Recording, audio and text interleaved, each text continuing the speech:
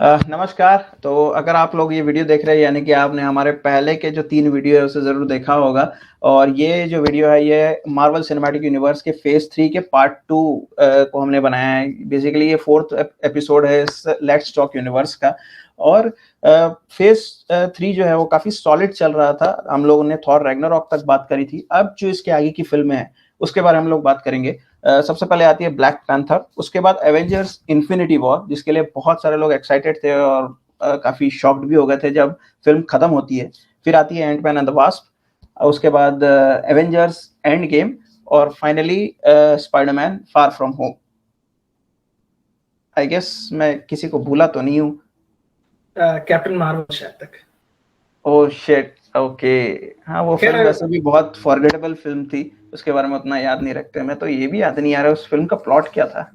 Okay, seriously मैं भूल गया उस फिल्म का प्लॉट क्या था।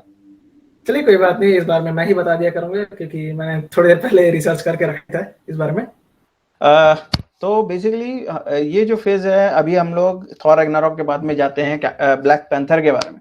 अब ब्लैक पैंथर जो है एक बहुत ही बेहतरीन फिल्म है। मैं कहूँगा मुझे ये फिल्म काफ़ी पसंद इसलिए भी आई क्योंकि ये बेसिकली अपने कल्चर को एक्सप्लोर करने के ऊपर है।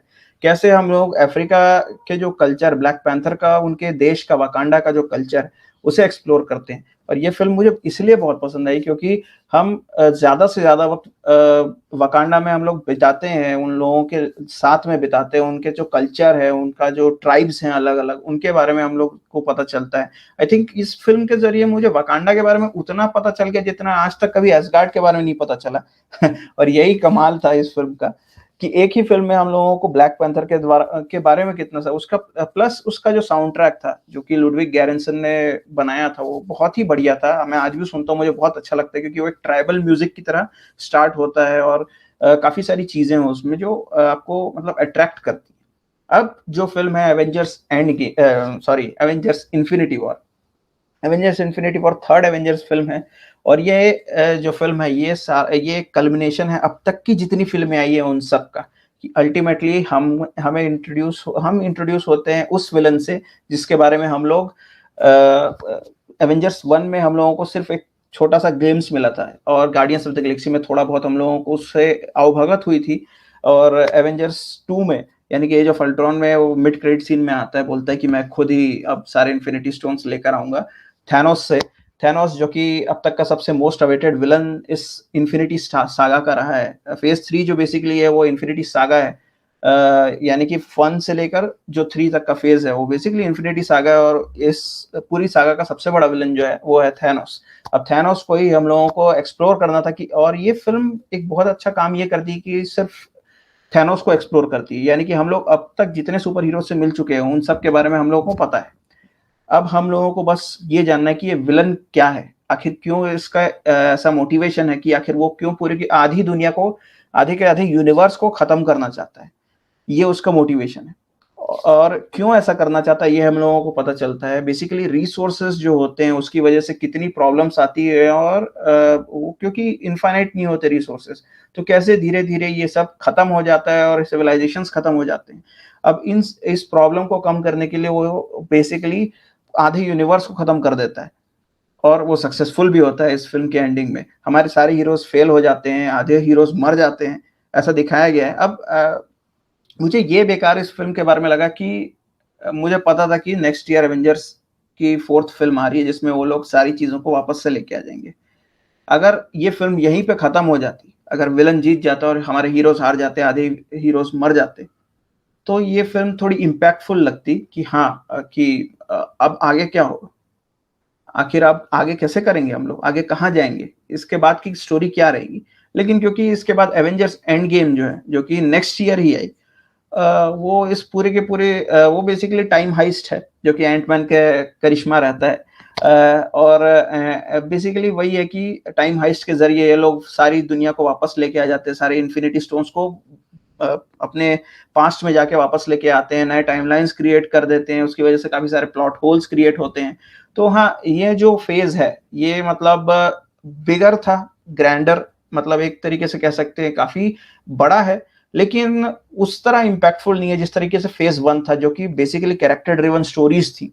ये बेसिकली वही था कि कैरेक्टर्स हमारे जो है उस पर फोकस करना, हमारे जो सिर्फ सिंपल जिन लोगों को हम लोग को लेके आना या दिखाना है उनको ही एवेंजर्स में लेके आना, उनके द्वारा हम लोग विलेंस को हम लोग एक्सप्लोर करेंगे और ये सब के बारे में उतना वो मतलब उस लेवल पे हम लोगों को नहीं लगता। प्लस बेकार ये लगता है मुझे फेज 3 का कि सब चीजें कॉमेडी हो गई हैं, यानी कि वो हर चीज को मजाक की तरह, जैसे अगर हम लोग एवेंजर्स इन्फिनिटी वॉर अगर मैं आज बैठ के देखता हूँ, basically through out the film मैं आधे टाइम हंसते रहूंगा।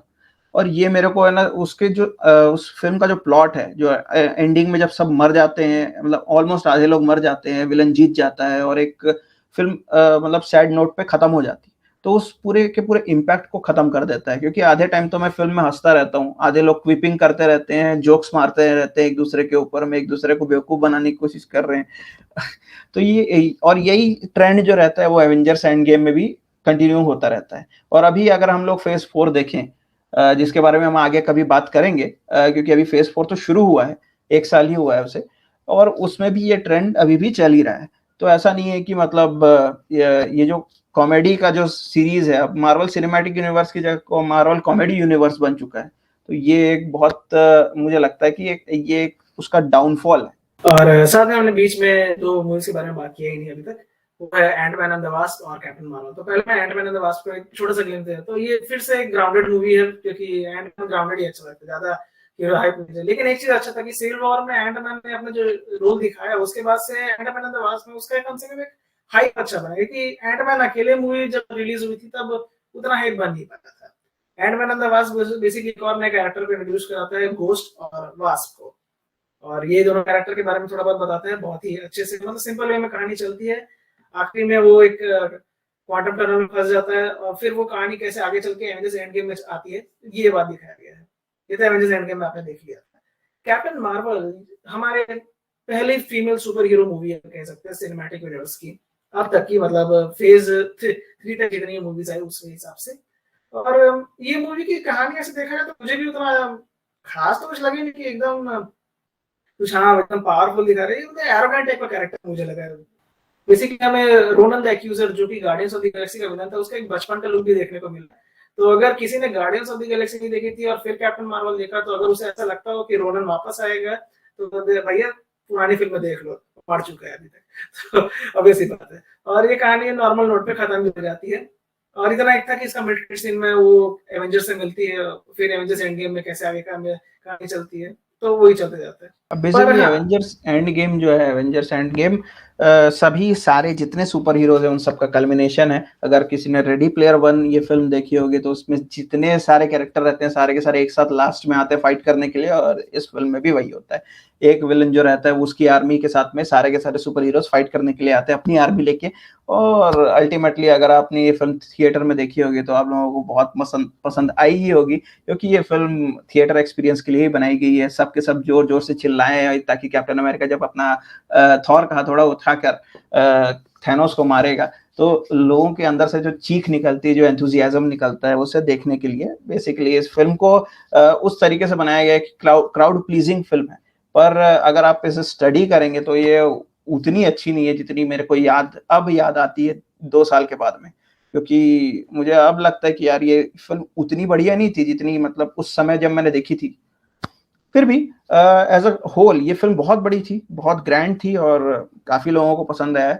थिएटर के लिए तो बहुत ही बढ़िया थी ये फिल्म, लेकिन अब जब इस फिल्म को मैं वापस देखता हूँ तो सिर्फ कुछ पॉइंट्स या कुछ पार्ट्स जो रहते हैं वो मुझे याद आते हैं। बाकी तो ऐसा कोई ये फिल्म बहुत मेमोरेबल तरीके से मेरे दिमाग में नहीं रहती है।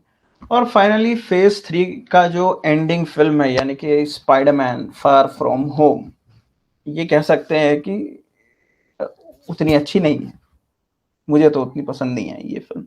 हाँ, क्योंकि ऐसे तो हो सकता है मुझे नॉर्मल लगी थी कहानी, क्योंकि एक और कैरेक्टर को इंट्रोड्यूस किया गया, मिस्टीरियो, एंड फिर वही घिसा पीटा पॉटलैंड क्यों लगा, क्योंकि मिस्टीरियो जो कैरेक्टर है उसका कनेक्शन टोनी स्टार्क से था। टोनी स्टार्क ने मेरा टेक चुराया, उसने उसका कुछ भी बनाया, मतलब स्पाइडरमैन से रिलेटेड नहीं लग रहा था वो कैरेक्टर। कॉमिक्स में ये सब कैरेक्टर स्पाइडरमैन से ज्यादा रिलेटेड थे, ना कि टोनी स्टार्क से। और कहानी नॉर्मल फ्लो में चलती है, उसके पास अब सूट के पैसे नहीं है, क्या बोलोगे, तो बट फिर भी हैप्पी हेल्प कर दे रहा है उसकी। मतलब देखा जाए तो टोनी मर गया तो सबका इनकम खत्म हो गई थी, ऐसा हो गया था। तो लेकिन फिर भी एक थैंक यू में कि ठीक है चलो खत्म करना है तो अच्छे से खत्म कर दो। वैसे नॉर्मली अगर एवेंजर्स एंड गेम में खत्म कर देते तो भी अच्छा ही लगता। बेसिकली एवेंजर्स एंड गेम जो थी वो पूरे के पूरे अब तक के 11 साल का जो फिल्म पीरियड था मार्वल सिनेमैटिक यूनिवर्स का, उससे फाइनली खत्म करती है। और स्पाइडरमैन फार फ्रॉम बेसिकली उसके आगे का पार्ट है कि उसके बाद क्या होता है। और अगर ये फेज 4 की भी फिल्म रहती तो भी उतना कुछ खास फर्क नहीं पड़ता, क्योंकि एवेंजर्स एंड गेम जो है वो फेज 3 का बेसिक एंडिंग था और एपिलॉग की तरह स्पाइडरमैन फार फ्रॉम होम काम करता है। ऑल्दो एक बात जरूर थी कि स्पाइडरमैन फार फ्रॉम होम के मिड क्रेडिट सीन में हमें एक अच्छी खासी मूवी देखने को जरूर दिखा दिया, स्पाइडरमैन नो वे होम, क्योंकि मिस्टीरियो ने स्पाइडरमैन की आइडेंटिटी रिवील कर दी, उसकी वजह से इतनी बढ़िया मूवी बन गई देखने की। हाँ, ये एक चीज बहुत अच्छी थी कि Spiderman far from home basically एक ज्यादा अच्छी फिल्म को जन्म देती है। सो अल्टीमेटली ये हमारा टेक था मार्वल सिनेमैटिक यूनिवर्स के बारे में। ये वीडियो अगर आप लोगों को पसंद आया होगा तो प्लीज इस चैनल को सब्सक्राइब करें, हमारे वीडियोस को लाइक करें और अपने फ्रेंड्स के साथ में शेयर करें ताकि वो लोग भी इसे देख सके जिस तरह आप लोग देख रहे हैं। और हमारे इंस्टाग्राम पेज यानी कि ERVids4 को जरूर फॉलो करें। प्लस काम की बात विद एजे, ये मेरे भाई का चैनल है जिसमें वो अलग अलग अलग चीजों के बारे में पॉडकास्ट करता है, तो उसे जरूर फॉलो करें और उसे जरूर सब्सक्राइब करें। अब मिलते हैं अगले वीडियो में।